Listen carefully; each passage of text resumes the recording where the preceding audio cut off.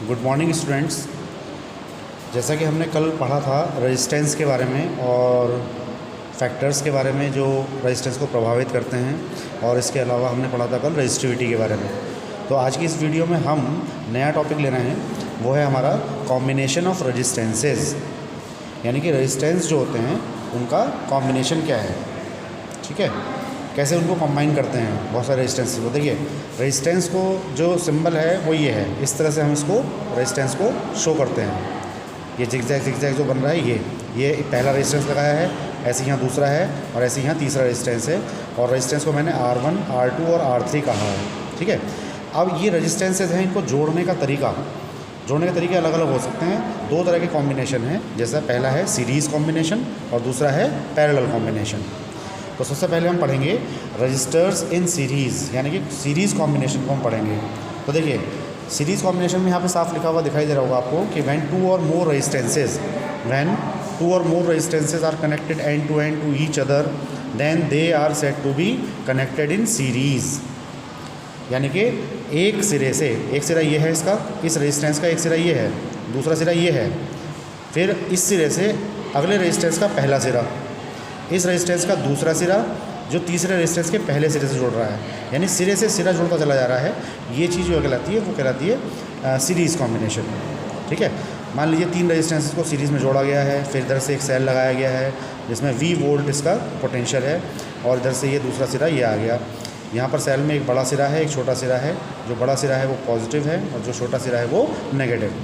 यहाँ से इस सेल से करंट इसमें फ्लो हो रहा है।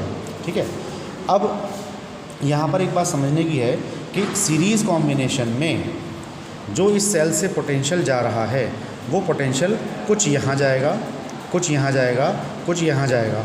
मान लीजिए पोटेंशियल 12 वोल्ट है, 12 वोल्ट में मान लीजिए यहाँ 2 वोल्ट गया। ठीक है, यहाँ 6 वोल्ट गया, तो फिर यहाँ पर जाएगा 4 वोल्ट, यानी कि 2 और 6 8 और 4 12, टोटल ये 12 जो है वो डिस्ट्रीब्यूट होगा। यानी कि सीरीज़ कॉम्बिनेशन में पोटेंशियल जो है वो डिवाइड होता है और करंट सेम रहता है। यानी कि जो करंट यहाँ से जा रहा है, मान लीजिए 5 एम्पियर, तो यहाँ भी 5 एम्पियर जाएगा, यहाँ भी 5 एम्पियर जाएगा और यहाँ भी 5 एम्पियर जाएगा। यानी कि यहाँ से अगर I जा रहा है तो यहाँ भी I है, यहाँ भी I है और यहाँ भी I है। और इसमें पोटेंशियल V1 मान लिया मैंने, यहाँ पोटेंशियल V2 मान लिया, यहाँ पोटेंशियल V3 मान लिया। फिर सुन लें कि सीरीज़ कॉम्बिनेशन में पोटेंशियल डिवाइड होता है और करंट सेम रहता है। सीरीज़ कॉम्बिनेशन यानी ये वाला। तो अब इस हिसाब से अगर देखा जाए तो अब मान लीजिए कि मैंने 3 जो ये रेजिस्टेंस जोड़े हैं R1, R2 और R3, इनका टोटल जो है वो रेजिस्टेंस R है।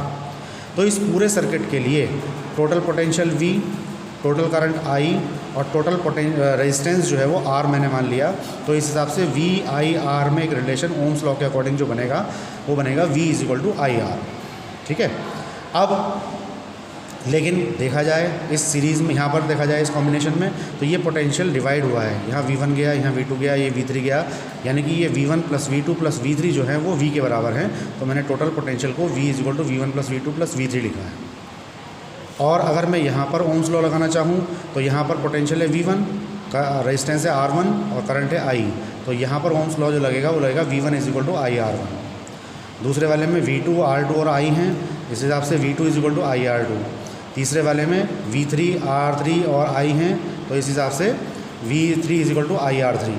यानी कि ये V1, V2, V3 की वैल्यू है। और पूरे सर्किट के लिए, पूरे कॉम्बिनेशन के लिए जो टोटल ओम्स लॉ लगेगा वो लगेगा V = IR, क्योंकि टोटल R हमने मान लिया इनका रेजिस्टेंस। अब हम इस 3-4 वैल्यूज़ जो हैं V1, V2, V3 और V की, इनको हम उठा के रखेंगे यहाँ पर पहली वाली इक्वेशन में। तो जैसे ही हम पहली इक्वेशन रखेंगे तो ये बनेगा V = V1 + V2 + V3 हमारे पास था, इसकी जगह मैंने IR रखा, V1 की जगह IR1, इसकी जगह IR2 और इसकी जगह IR3। इस हिसाब से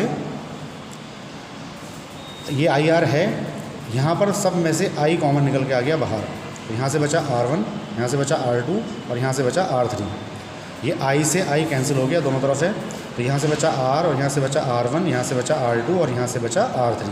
इस हिसाब से देखा जाए तो यानी कि पूरे सर्किट का अगर टोटल रेजिस्टेंस निकालना हो और वो रेजिस्टेंसेज, अलग रेजिस्टेंस जो हैं वो सीरीज़ में अगर जुड़े हुए हैं, तो इनका टोटल रेजिस्टेंस निकालने के लिए आपको इनको एज इट इज़ जोड़ना पड़ेगा। टोटल रेजिस्टेंस जो है R वो इन सब का सम है। R1 यानी total R = R1 plus R2 plus R3, यानी सीरीज़ कॉम्बिनेशन में ऐसे ही जोड़ दिया जाता है। कहीं पर कोई सवाल आएगा आपका, उस सवाल में आपको इस तरह के कॉम्बिनेशन में दिखाई देंगे अगर, और आपसे टोटल रेजिस्टेंस अगर पूछा जाएगा तो आपको सीधे सिंपली इनको ऐसे ही जोड़ना पड़ेगा, ये सीरीज़ कॉम्बिनेशन में है। ऐसे ही हम नेक्स्ट जो है वो अगला वो पढ़ेंगे पैरेलल कॉम्बिनेशन।